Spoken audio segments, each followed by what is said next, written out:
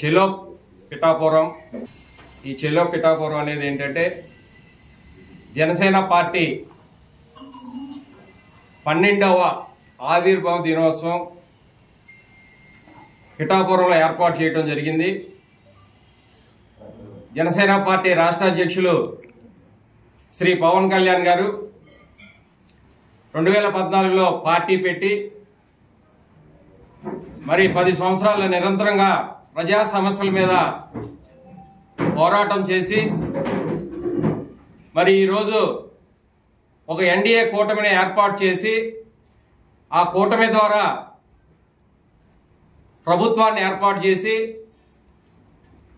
మరి దిగ్విజయంగా ఇవాళ 9 నెలల్లో ప్రభుత్వం ఏర్పడి 9 నెలలు పూర్తయింది.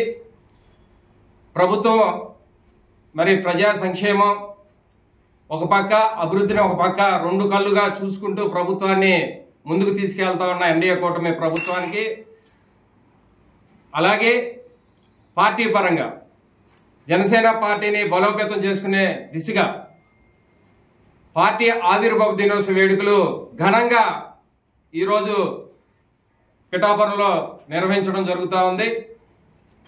దానికి అన్ని రకాల ఏర్పాట్లు అక్కడ చేయటం జరిగింది. ఎందుకంటే కానీ విని ఎరిగినటువంటి రీతిలో ఏర్పాట్లు చేయటం జరుగుతూ ఉంది. గతంలో మున్నెన్నడూ జరగని విధంగా బహిరంగ సభ నిర్వహించడం జరుగుతూ ఉంది. మరి అక్కడ ఏర్పాట్ల విషయంలో మహిళలకి సపరేట్గా, రైతులకి సపరేట్గా, అలాగే వివిధ ఏదైతే చేతి వృత్తి వాళ్ళు ఉన్నారో వాళ్ళకు కూడా రాష్ట్ర స్థాయిలో గుర్తింపు తీసుకొచ్చి, అలాగే వాళ్ళకు కూడా ఒక సపరేట్ గ్యాలరీ, అలాగే యువత ఏదైతే చదువుకున్న యువతి యువకులు ఉన్నారో వాళ్ళందరూ కూడా సపరేట్గా గ్యాలరీలు ఏర్పాటు చేసి ఎవరికి అసౌకర్యం కలగకుండా, అలాగే ట్రాన్స్పోర్టు ఎక్కడైతే దూర ప్రాంతాల నుంచి వచ్చేటటువంటి బస్సులు, కార్లు కూడా సపరేట్గా ఒక గ్రౌండ్ ఏర్పాటు చేసి, అలాగే వచ్చేటటువంటి కార్యకర్తలందరూ కూడా మంచినీళ్ళ సౌకర్యం కావచ్చు, మజ్జిగ సౌకర్యం కావచ్చు, అలాగే భోజనాల సౌకర్యం కూడా వచ్చేటప్పుడే కాదు తిరిగి వెళ్ళేటప్పుడు కూడా, రాత్రి మళ్ళీ బహిరంగ సభ ముగించుకున్న తర్వాత కూడా, సహజంగా ఆ బహిరంగ సభ ముగించుకున్న తర్వాత ఎవరి దారుణాలు వెళ్ళిపోవటం పరిపాటి ఏ పార్టీలో అయినా. అయితే ఈసారి వినూత్నంగా బహిరంగ సభ ముగించిన తర్వాత కూడా 4 మార్గాల్లో తిరిగి వెళ్లే కార్యకర్తలకి భోజన ఏర్పాట్లు కూడా చేయడం జరిగింది. అట్లాగే భద్రత విషయంలో కూడా మరి ఎందుకంటే కళ్యాణ్ గారు డిప్యూటీ సీఎం అయిన తర్వాత మొట్టమొదటిసారి జరిగే సభ కాబట్టి ఎక్కడా కూడా భద్రత విషయంలో కూడా లోట్లు లేకుండా నా పిఐసి చైర్మన్ నాదెండ్ల మనోహర్ గారు అన్ని ఈ సభ ఏర్పాట్లు పర్యవేక్షిస్తా ఉన్నారు. అలాగే మైలవరం నియోజకవర్గం నుంచి కూడా గతంలో లాగే మరి ఎప్పుడు కూడా ఎక్కడ ఏ కార్యక్రమం జరిగినా మన ఇప్పటి మీటింగ్ జరగనివ్వండి, లేదంటే బందరు ఆవిర్భావ దినోత్సవం జరగనివ్వండి, లేదంటే గతంలో రాజమండ్రి కావచ్చు, వైజాగ్ కావచ్చు, అనంతపురం కావచ్చు, తిరుపతిలో ఎక్కడ మీటింగ్ జరిగినా మరి జన సైనికులు, వీర మహిళలు అత్యధిక సంఖ్యలో పాల్గొని ఆ కార్యక్రమం దిగ్విజయం చేయడం జరుగుతూ ఉంది. ఈసారి కూడా అదే స్థాయిలో మరి ఈ కార్యక్రమాన్ని దిగ్విజయం చేయాల్సిందిగా జన సైనికులు, వీర మహిళలు అందరూ కోరుకుంటూ భవిష్యత్తులో ఎన్డీఏ కూటమి ఖచ్చితంగా ప్రజలు ఏదైతే ఆశించారో 160 సీట్లు గెలిపించారో ప్రజల ఆశలు ఒమ్ము చేయకుండా ఈ ఎన్డీఏ కూటమి దేశంలో నరేంద్ర మోడీ గారు, రాష్ట్రంలో చంద్రబాబు నాయుడు గారు, పవన్ కళ్యాణ్ గారు ఈ ముగ్గురు కూడా మరి వారి సారథ్యంలో బ్రహ్మాండంగా ఈ రాష్ట్రం అభివృద్ధి చెందిద్దని చెప్పి మనం అందరం కూడా ఆశిద్దామని చెప్పి సభాముఖంగా తెలియజేస్తా ఉన్నాం. ఖచ్చితంగా ఇప్పుడు మేము సమావేశం కూడా అందుకే మేము కూర్చుంది. మీ ప్రెస్ మీట్ అయిన అనంతరం కూడా మేము దాని మీద చర్చించుకొని ఎలా అనేది మేము మాట్లాడుకొని ఆ నిర్ణయం తీసుకుంటాం ఖచ్చితంగా. కాకపోతే ఇది సుదీర్ఘమైనటువంటి అంటే సుదీర్ఘ ప్రయాణం, అంటే దాదాపు 300 కిలోమీటర్ల ప్రయాణం కాబట్టి ఇక్కడ వెహికల్స్ ఇప్పుడు సహజంగా ఏంటంటే లోకల్ అయితే 2 వీలర్ మీద కార్ మీద వెళ్తాం జరుగుతూ ఉంటుంది. లాంగ్ కాబట్టి బస్సులు ఏర్పాటు చేయాలా లేదా కార్లు అనేది ఇదంతా మేము డిస్కషన్ చేసుకుని వెళ్తాం జరుగుతుంది. సార్, మొదటిసారి అధికారంలోకి వచ్చిన తర్వాత మొదటిసారి ప్లేనర్ పెడుతున్నారు. మీ పార్టీ నాయకులు కానీ కార్యకర్తలు కానీ గతంలో ప్రతిపక్షంగా ఉన్నప్పుడు ఏవైతే హామీలు ఇచ్చారో హామీల మీద నిర్దిష్ట ప్రణాళికలను ప్రకటించబోతున్నారా? ఖచ్చితంగా ఎన్డీఏ కూటమి ఎలక్షన్స్ ముందు ఏదైతే మేనిఫెస్టో సూపర్ 6 కావచ్చు, లేదా ఇంకా అనేక అంశాల మీద, రాజధాని అంశం కానీ, పోలవరం కావచ్చు, స్టీల్ ప్లాంట్ కావచ్చు, వీటన్నిటి మీద ఖచ్చితంగా హామీ ఇచ్చాం. పోలవరం కడతానన్నాం. ఈ రోజు సర్వేగంగా పనులు కేంద్రం సహకరిస్తా ఉంది, పనులు మొదలు పెట్టాం. డయాఫ్రామ్ వాళ్ళు కూడా ఆల్మోస్ట్ కన్స్ట్రక్షన్ మొదలై నెల రోజులైంది. అట్లాగే రాజధాని అంశానికి సంబంధించి 39,000 కోట్ల రూపాయలకు సంబంధించి టెండర్లు ఆల్మోస్ట్ 8 కంపెనీలకు ఫైనల్ కూడా అయిపోయినాయి. టెండర్లు దక్కించుకున్నారు. వాళ్ళందరికీ ఈ నెలలో వర్క్ ఆర్డర్లు ఇస్తా ఉన్నారు. మార్చి 1 నుంచి రాజధాని అంశానికి సంబంధించినటువంటి పనులు సర్వేగంగా మొదలవుతా ఉన్నాయి. అట్లాగే స్టీల్ ప్లాంట్ కి సంబంధించినటువంటి 15,000 కోట్ల రూపాయలు సబ్సిడీ బకాయిలు కేంద్ర ప్రభుత్వం రిలీజ్ చేసింది. అంటే నష్టాల్లో ఏదైనా స్టీల్ ప్లాంట్ ఉన్నా నష్టాలను తగ్గించుకొని ప్లాంట్ ని ఇంకా ఉత్పత్తి పెంచుకునే విధంగా స్టీల్ ప్లాంట్ ముందుకు సాగుతా ఉంది. అట్లాగే సూపర్ 6 సంబంధించి ఖచ్చితంగా ఆల్రెడీ ఉచిత సిలిండర్లు సంవత్సరానికి 3 ఉచిత సిలిండర్లు ఇస్తానన్నారు. అవి అమలు జరుగుతూ ఉన్నాయి. రేపు మే నుంచి రైతుకు నేస్తం అనే దానికి సంవత్సరానికి 20,000 రూపాయలు ఇస్తామని చెప్పి ఆల్రెడీ బడ్జెట్ లో కేటాయించారు. అట్లాగే అమ్మఒడి అనే పేరు మీద గతంలో ఇచ్చిన దాన్ని ఇప్పుడు తల్లికి వందనం అనే పేరు మీద రేపు మే నుంచి మళ్ళీ వాళ్ళకు కూడా ఇవ్వడం జరుగుతూ ఉంది. అట్లా ఏదైతే హామీలు ఇచ్చారో ఖచ్చితంగా ఈ సంక్షేమంతో పాటు అభివృద్ధి కూడా ఇక్కడ మీరు చూడాల్సింది ఏంటంటే, కొత్తగా మనకి నేషనల్ హైవేస్ మనకి మన విజయవాడ అవుట్ రింగ్ రోడ్డుకి టచ్ చేస్తూ మన జీకొండూరు, గంగినేని, మధిర, ఖమ్మం మీదుగా పూణే మీదుగా హైవే ఎక్స్ప్రెస్ హైవే ఒకటి వెళ్తా ఉంది. దానికి కూడా టెండర్లు పిలిచారు. రైతులందరూ కూడా డబ్బులు అకౌంట్లో ఆల్రెడీ పడిపోయిన భూసేకరణ కూడా జరిగింది. అలాగే అమరావతికి సంబంధించి అవుట్ రింగ్ రోడ్డు 170 కిలోమీటర్లకు సంబంధించిన అవుట్ రింగ్ రోడ్డు కూడా కేంద్రం ఆమోద ముద్ర తెలిపింది. ఆ పనులు మొదలవుతా ఉన్నాయి. అట్లాగే మనకి కంచిచీర దగ్గరికి వచ్చేసరికి సపరేట్ గా ఒక బ్యారేజ్ ని, మనకి విజయవాడలో ఎలా అయితే బ్యారేజ్ ఉందో అట్లా కంచిచీర దగ్గర ఒక బ్యారేజ్ అంటే వాటర్ ని స్టోరేజ్ ఉంచేదానికి ఒక బ్యారేజ్ ని కడతా ఉన్నారు. అట్లాగే ఈ అవుట్ రింగ్ రోడ్డు సంబంధించినటువంటి వారధి ఒకటి వస్తా ఉంది. ఇది కాకుండా కేంద్ర సహాయంతో కొత్త రైల్వే లైన్, ఎట్లా అంటే ఎరిపాలెం నుంచి మద్రాసు రోడ్డుకి రాజధాని కనెక్ట్ అవుతూ కొత్త రైల్వే లైన్ కూడా శాంక్షన్ అయింది. దానికి సంబంధించిన కూడా సర్వేలు జరిగి రైతుల దగ్గర భూములు తీసుకుంటా ఉన్నారు. ఇవి కాకుండా ఎప్పుడో కొండపల్లి కొత్తగూడెం రైల్వే లైన్ కూడా ఎప్పుడో నుంచి అది పెండింగ్ లో ఉంది, పోతా ఉంది. ఇటీవల కాలంలో దానికి సంబంధించినటువంటి సర్వే కూడా కేంద్రం ఆమోదం తెలిపింది. అది ఆ లైన్ రావడం వల్ల మన మైలవరం నియోజకవర్గం తిరువురికి, భద్రాచలం వెళ్ళడానికి చాలా దగ్గరగా అవుతుంటుంది. మన మైలవరం తిరువురు మీదుగా, జీకొండూరు, మైలవరం, తిరువురు మీదుగా ఆ లైన్ వెళ్తా ఉంటది. కాబట్టి ఇవన్నీ కూడా మనం మాట్లాడుకుంటానికి బోల్డ్ సమయం పడుతుంది. అన్ని రకాలైనటువంటి అభివృద్ధి కార్యక్రమాలు ఈ కూటమి ప్రభుత్వం వచ్చిన తర్వాత లక్షల కోట్ల రూపాయలు పెట్టుబడి. ఇవే కాకుండా ఇటీవల కాలంలో ముఖ్యమంత్రి గారు దావోస్ వెళ్ళారు. అక్కడ అనేక కంపెనీలతో ఎంఓయూలు చేసుకున్నారు. వాళ్ళు కూడా వచ్చి ఇక్కడ పెట్టుబడులు పెట్టి కొత్త కంపెనీలు పెడతానికి ఆ కంపెనీల ద్వారా వేలాది మందికి ఉద్యోగ అవకాశాలు వచ్చే అవకాశం ఉంది. ఇట్లా ఈ విధంగా అన్ని రకాలుగా సంక్షేమం, అభివృద్ధి 2 కళ్ళుగా ఈ ప్రభుత్వం ఒక చక్కటి కూటమి ప్రభుత్వం ముందుకు వెళ్తుందని తెలియజేస్తాము. కార్యకర్తలు చాలా ఇబ్బందులు పడుతున్నారు. ఇప్పటి వరకు కూడా నామినేట్ పోస్టులు భర్తీ చేయలేదు. నామినేట్ పోస్టులు భర్తీ మీద ఏమైనా స్పష్టత ఉందా? ఖచ్చితంగా ఇప్పుడు రాష్ట్ర స్థాయిలో 80 రాష్ట్ర స్థాయి కమిటీలని చైర్మన్లు ప్రకటించడం జరిగింది. అట్లాగే ఇంకా కూడా ఒక 40-50 పెండింగ్ ఉన్నాయి. అవి కూడా ఎమ్మెల్సీ కూడా వాళ్ళు 2 నెలలు ఆగిపోయినాయి. వాటిని కూడా ఈ నెలలో పూర్తి చేస్తారు మిగిలినటువంటి చైర్మన్లే.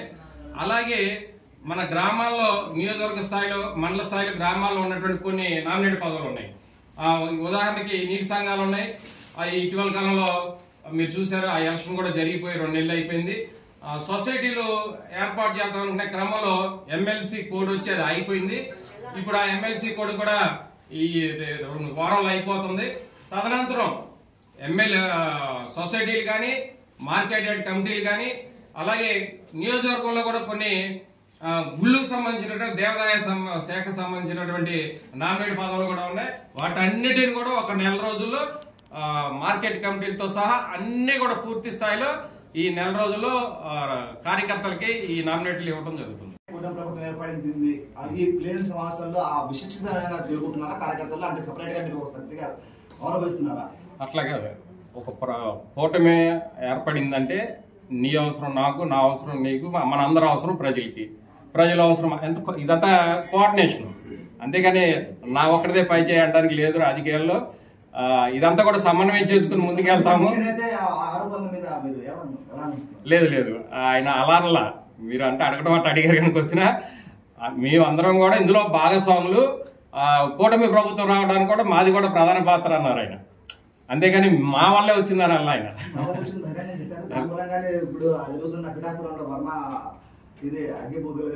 కాదు. వర్మ గారిది ఏంటంటే ఆయనకి ఏదో ఎమ్మెల్సీ వస్తుందని అనుకున్నారు, రాలేదని నిరసన. కానీ ఈ మనోహర్ గారు అన్నదన్న సబ్జెక్ట్ కాదండి అది. గాంధీ గారు మొన్న అసెంబ్లీలో మాట్లాడుతూ మరో 15 ఏళ్లు చంద్రబాబు గారు మా నాయకుడు అన్నారు. కానీ జనసేన కార్యకర్తలు, సైనికులు మాత్రం మా పవన్ కళ్యాణ్ సీఎం గా చూడాలనుకుంటున్నారు. దాని మీద క్లారిటీ వచ్చే అవకాశం ఉందా? మీరు పార్టీ బలోపేతం అంటున్నారు. బలోపేతం అంటే సీఎంఏ కదా అల్టిమేట్ మనకి. కానీ ఆయన ఏమో 15 ఏళ్ళు మా చంద్రబాబు సీఎం అంటారు. మీరు అదే అండి పొరపడుతున్నారు. మీరు చాలా క్లియర్ గా మళ్ళీ ఏనండి, 15 ఏళ్ల పాటు ఈ కూటమి అధికారంలో ఉండాలన్నారు. కానీ ప్రత్యేకించి చంద్రబాబు గారు సీఎం అని ఆయన ఎక్కడ అన్నారు. కూటమి అంటే ఎవరైనా ఉండొచ్చు సీఎం.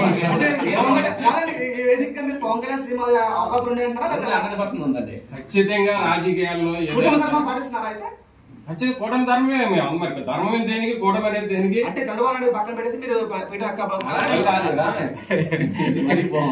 కూటమిలో ఏదైనా జరగచ్చు. చాలా క్లియర్ గా 15 సంవత్సరాల అధికారులు ఆయన వేడుకున్నది ఏంటంటే, నేను ఈ కూటమి 15 సంవత్సరాల పాటు ఉండాలనుకున్నాను, దానికి తగ్గట్టుగా మీరు మాకు సహకరించిన అధికారులు వేడుకున్నాడు ఆయన. స్పెసిఫిక్ గా ఈయన ముఖ్యమంత్రి ఉండాలి, ఈయన ఉండాలని నేను చెప్పలా పవన్ కళ్యాణ్ గారు. ఈ కూటమి 15 ఏళ్ళు ఉండాలని కోరుకున్నాను, దానికి మీరు సహకరించండి అన్నాడు. చివరి ప్రశ్న, ఇటీవల మీరు తీవ్రమైన ఆరోపణలు చేస్తున్నారు. ఈటీపీఎస్ కాలుష్యం మీద నేను పోరాటం చేయడం వల్ల నన్ను అత్యాచారం చేస్తున్నాను. ఈటీపీఎస్ సంస్థ అనేది ప్రభుత్వ సంస్థ, మీరు కూడా ప్రభుత్వంలో భాగస్వామ్యంగా ఉన్నారు. అలాంటప్పుడు మీ మీద అత్యాచారం చేయాల్సిన అవసరం ఏముంది? ఇక్కడ మీరు అత్యాయత్వం అని మీరు చాలా అంటే అదే మెన్షన్ చేసింది మీరు రాంగ్. అది నేను 2009 నుంచి ఏదైతే వీటీపీఎస్ గ్రౌండ్ లో 180 మెగావాట్లకు సంబంధించినటువంటి పబ్లిక్ హియరింగ్ ఒకసారి పెట్టారు 2009 జనవరి 11వ తారీఖున. ఆ పబ్లిక్ హియరింగ్ లో నేను వీటీపీఎస్ అధికారుల మీద 30 సంవత్సరాల తర్వాత మీరు పబ్లిక్ హియరింగ్ పెట్టారు, ఈ 30 ఏళ్ల నుంచి మమ్మల్ని కనీసం లోపలికి కూడా అడుగు పెట్టనివ్వలేదు, ఇక్కడ స్థానికంగా మీరు ఉద్యోగ అవకాశాలు ఎన్ని ఇచ్చారు, మీ వీటీపీఎస్ ఎఫెక్టివ్ విలేజ్ 9 గ్రామాలు ఉన్నాయి, ఈ గ్రామాలకి ఇదిగో ఈ మొక్క మా వీటీపీఎస్ మొక్క అని మీరు ఎక్కడైనా ఒకటి చూపించండి. అలాగే మౌలిక సదుపాయాలకు సంబంధించి ఏదైనా ఒక స్కూల్ కట్టారా, ఒక డ్రైన్ కట్టారా, ఒక రోడ్డు వేసారా, లేదంటే ఒక హాస్పిటల్ కట్టారా అని మనం క్వశ్చన్ వేయడం జరిగింది. క్వశ్చన్ వేసింది ఎప్పుడైతే నేను మాట్లాడుతూ ఉన్నానో కూర్చున్నటువంటి పబ్లిక్ అందరూ ఒకేసారిగా పార్టీలకు అతీతంగా కలెక్టర్ గారి మీద, అప్పుడు ఉన్నటువంటి సిఏ ఆంజనేయరావు గారి మీద ఒక్కసారి దాడి చేసే ప్రయత్నం చేశారు. ఇది మాకు అప్పుడు ఏమైందంటే, మేము 300-400 మంది పబ్లిక్ ఉంటే పోలీసు వాళ్ళు 700-800 మంది ఉన్నారు, మమ్మల్ని అడ్డుకోపోయారు. ఈ పబ్లిక్ హియరింగ్ కి జరిగిన వారం ముందు, 4 రోజుల ముందే శ్రీకాకుళం సోంపేటలో ఒక ఇదే పబ్లిక్ ఇష్యూ అయ్యి ఒక 4 చనిపోవడం జరిగింది. మేము ఆ కలెక్టర్ గారిని, ఎస్పీ గారిని వేడుకున్నాం, సార్ మాకు 30 ఏళ్ల తర్వాత ఇక్కడ అవకాశం వచ్చింది, మమ్మల్ని అడగనే ఉన్నాయి, ఒక్క మొక్క నాట్ల, మంచినీళ్ళు ఇవ్వట్ల, మౌలిక సదుపాయాల్లో, హాస్పిటల్స్ లో, స్కూల్స్ లో అడిగాక మాకుంది, చెప్పే బాధ్యత వీటీపీఎస్ యాజమాన్యానికి ఉంది అంటే ఏ మాటకి ఆ మాట కలెక్టర్ గారు కానీ వాళ్ళ అంటే ఇప్పుడు ఉన్నటువంటి విజయానందర్ గారు, అప్పుడు మనకి ఇక్కడ జెన్కో ఎండి గారు, వారందరూ కూడా ఖచ్చితంగా వాళ్ళని అడగనివ్వండి మన సమాజం చెప్తాను. ఆ రోజు నుంచి ఇవాళ కొత్తగా అడగడం గారు. తర్వాత ఆ పబ్లిక్ హియరింగ్ అయిపోయిన తర్వాత 2013లో మళ్ళీ పబ్లిక్ హియరింగ్ జరిగింది 500 మెగావాట్లకు సంబంధించి. దానికి సంబంధించి కూడా మనం ఆ రోజు గట్టిగా గొడవ చేసాం, సిఐసార్ నదులు ఇవ్వట్లేదు మీరని. సరే దానికి 3 కోట్లు ఇస్తామని చెప్పి హామీ ఇచ్చారు 2013లో. ఆ 3 కోట్ల రూపాయలు 2 సంవత్సరాలు మాత్రమే ఇచ్చి ఈ రోజుకి ఇంకా 24 కోట్ల రూపాయలు బకాయిలు అలా పెండింగ్ ఉంది. దాని మీద నిరంతరం అడుగుతా ఉన్నా. నేను ఒక్కనే అడగడం కాదు, అన్ని పార్టీలు అడుగుతున్నా, అన్ని రాజకీయ నాయకులు, అన్ని ప్రజా సంఘాలు ఎప్పటికప్పుడే సిఈ గారినో ఎండి ఎవరినో వస్తే వాళ్ళు అడుగుతా ఉన్నారు. ఇదే క్రమంలో మొన్న ఇదే మార్చిలో కరెక్ట్ ఇదే డేట్ అనుకుంటా 11వ తారీఖు కరెక్ట్గా సంవత్సరం క్రితం ఒక నియోజకవర్గ స్థాయిలో ఈ పోరాట సమితి ఒకటి ఏర్పాటు చేసి మన ఇబ్రహీపట్నం మొత్తరూపు కళ్యాణ మండపంలో మీటింగ్ పెడితే 500-600 మంది వచ్చారు.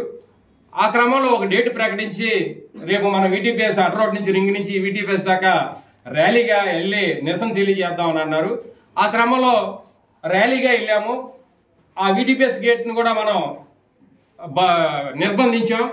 ఆ నిర్బంధించే క్రమంలో సిఈ గారు వాళ్ళందరూ కూడా వచ్చి మధ్యాహ్నం 12:30 గంట 1 గంట దాకా గేటు ముందు కూర్చొని మాకు 2 రోజులు టైం ఇవ్వండి, నేను కొత్తగా వచ్చాను, దీని మీద ఒక సమస్య పరిష్కారం మీకు చెప్తానని చెప్పి 3 రోజుల తర్వాత వీటీపీఎస్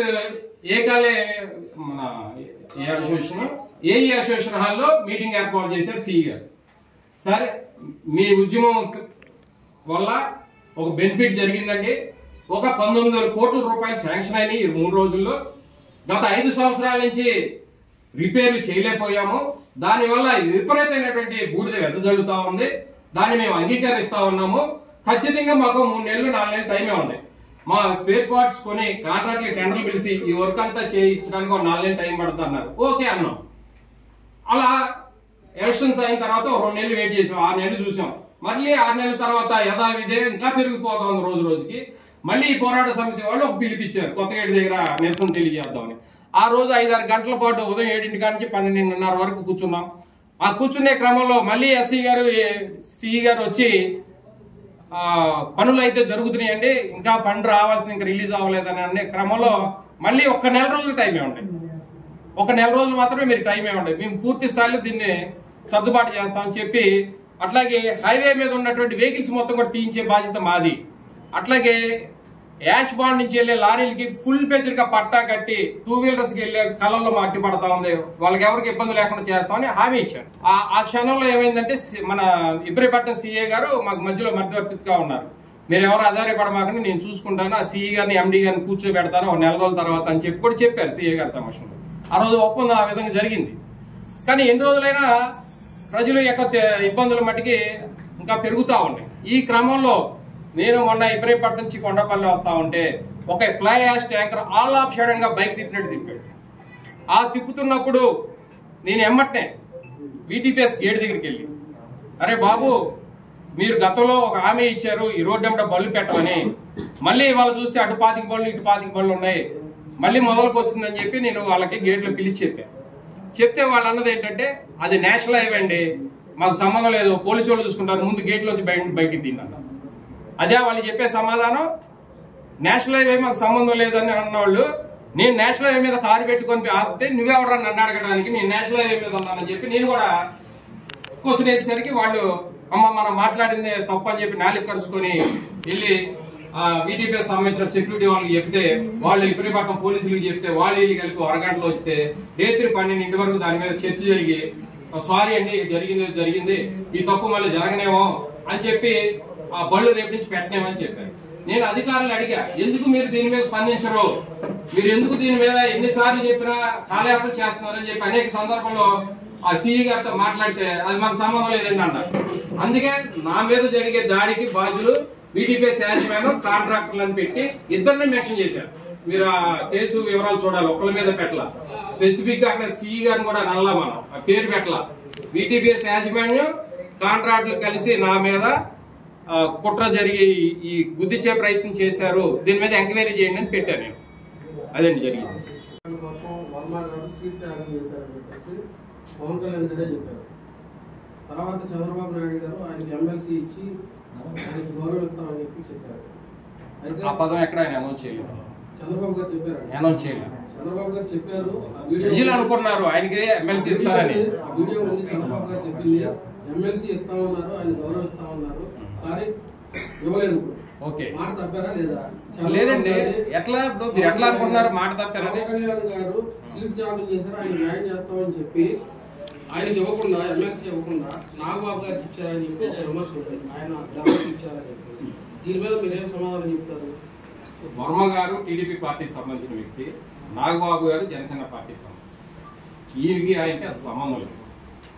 ఆయన టీడీపీ తరఫున వర్మ గారికి ఇవ్వాలి, జనసేన తరఫున ఈయన కూడా మీకు అనకాపల్లి 2019 ఆయన ఎంపీగా పోటీ చేస్తున్నారు నాగబాబు గారు, ఎక్కడ భీమవరం ఎంపీగా. అట్లాగే 2024లో కూడా అనకాపల్లి, అది నర్సాపురం, 2024లో కూడా అనకాపల్లి ఎంపీగా ఆయన డిక్లేర్ చేసి ఆయన 15 రోజులు అక్కడ ప్రచారం చేసుకున్న తర్వాత ఈ కూటమి ఎప్పుడైతే బీజేపీ వచ్చి కలిసి కూటమి ప్రభుత్వం ఏర్పడింది అనుకోవాలి, కలయిక ఏర్పడిన తర్వాత నాగబాబు గారు కూడా సీటు త్యాగం చేశారు. ఆ సందర్భంలో 19లో ఓడిపోయి ఉండి 5 ఏళ్ళు పార్టీ పనిచేసి 24లో సీటు త్యాగం చేసే సందర్భంగా జనసేన పార్టీ తరఫున వారికి ఎమ్మెల్సీ ఇవ్వడం జరిగింది. వర్మ గారి సబ్జెక్ట్ వచ్చేసరికి ఆయన టీడీపీ. ఖచ్చితంగా మీరన్న చంద్రబాబు నాయుడు గారు 100కి 100 రూపాయలు అన్న ఉండొచ్చు, నేను కాదంట్లా, ఎందుకంటే మీరు విన్నారు కాబట్టి అడుగుంటారు. ఖచ్చితంగా ఇంకొక 25 ఎమ్మెల్సీలు రేపు ఖాళీ అయిపోతా ఉన్నారు ఒక సంవత్సరంలో. అప్పుడు ఇటువంటి వాళ్ళందరూ కూడా అందులో న్యాయం జరిగిద్ది. ఎందుకంటే ఉదాహరణకి తెనాల్లో నాదెండ్ల మనోహర్ గారికి టికెట్ ఇవ్వాల్సి వచ్చి రాజా గారికి ఇవ్వాలి. అక్కడ ఆయన మాజీ మంత్రి, ఎమ్మెల్యేగా 3 సార్లు చేస్తున్నాడు. మరి ఇవాళ ఆయనకి పట్టభద్రుల ఎమ్మెల్సీ ఇచ్చి ఆయన గౌరవించుకున్నారు. ఖచ్చితంగా ఇక్కడ ఏమవుతుందంటే కులాలు ప్రాంతాలు ఎన్ని డివైడ్ చేసుకున్న క్రమంలో ఒకసారి ముందిద్దాం అనుకున్న వాళ్ళకి వెనక అనుకున్న వాళ్ళకి ముందైంది. ఆ క్రమంలో వర్మ గారికి ఏం తప్పింది తప్పితే ఆయనకైతే అన్యాయం జరిగిద్దని నేను అనుకుంటున్నాను. సరే, ఎప్పుడు నాకు డేట్ తెలియదు. నెక్స్ట్ ఇచ్చే వాటిలో బట్టి ఖచ్చితంగా అర్థం న్యాయం జరిగింది. ఖచ్చితంగా కొండపల్లి ఇండస్ట్రీ ఏదైతే ఉందో స్మాల్ స్కేల్ ఇండస్ట్రీస్ కావచ్చు, అన్ని రకాల కంపెనీలు కలిపి ఉన్న ఇండస్ట్రీ, అది గతంలో 400 కంపెనీలు ఉంటాయి. ఇప్పుడు 2019 ముందు 2019 జగన్మోహన్ రెడ్డి అధికారం వచ్చిన తర్వాత 300 కంపెనీలు మూతపడ్డాయి. ఈ 5 ఏళ్ళు ఆయన వ్యవస్థని సర్వనాశనం చేశారు. ఇండస్ట్రీస్కి రావాల్సినటువంటి సబ్సిడీలు కానీ, ఇండస్ట్రీస్కి ఇవ్వాల్సినటువంటి కరెంటును కానీ, లేదంటే ఈ అభివృద్ధి ఎప్పుడైతే ఆయన పట్టించుకోకపోవడంలో ఈ తయారు చేసినటువంటి ఉత్పత్తులు బయటికి వెళ్ళిపోవడం కానీ, సరైన లాభాలు లేక స్మాల్ స్కేల్ ఇండస్ట్రీస్ అని కూడా మూతపడిపోయింది. అది పూర్తిగా జగన్మోహన్ రెడ్డి గారి యొక్క వైఫల్యం. మరి ఇవాళ మా కొత్త ప్రభుత్వం, కూటమి ప్రభుత్వం వచ్చిన తర్వాత ఏదైతే బకాయిలు ఉన్నటువంటి కరెంటు బకాయిలు కావచ్చు, లేదంటే వీళ్ళకి రావాల్సిన సబ్సిడీలు కావచ్చు, లేదంటే వీళ్ళు తయారు చేసిన ఉత్పత్తిని ఎక్స్పోర్ట్ చేయడానికి కావాల్సిన రవాణా సౌకర్యం కావచ్చు, వీటన్నిటి మీద కూడా క్షుణ్ణంగా పరిశీలిస్తా ఉన్నారు. ఇవే కాకుండా మన స్మాల్ స్కేల్ ఇండస్ట్రీస్ సంబంధించినటువంటి ఎంఎస్ఎం సంబంధించినటువంటి చైర్మన్ గా కూడా శివశంకర్ గారు కానీ, మా జనసేన పార్టీ సంబంధించినటువంటి ప్రధాన కార్యదర్శి వారి నేతృత్వంలో కూడా చాలా మందికి ఇటువంటి స్మాల్ స్కేల్స్ ని ఏర్పాటు చేసుకునే క్రమంగా ఇటీవల కాలంలో రాష్ట్రం మొత్తం కూడా తిరిగి వాళ్ళు యువతని అవకాశాలు కల్పిస్తా ఉన్నారు, బ్యాంకర్లతో మాట్లాడుతూ ఉన్నారు. ఖచ్చితంగా ఈ పాత ఏదైతే మూతపడినాయో వాటిని తెరిపించే మార్గం, అలాగే చదువుకున్న యువకులకు కొత్తగా ఇండస్ట్రీస్ పెట్టుకునే వాళ్ళకు కూడా ఈ ఎంఎస్ఎం ద్వారా లోన్లు ఇప్పించి కొత్త ఇండస్ట్రీని ఏర్పాటు చేయడం జరుగుతుంది.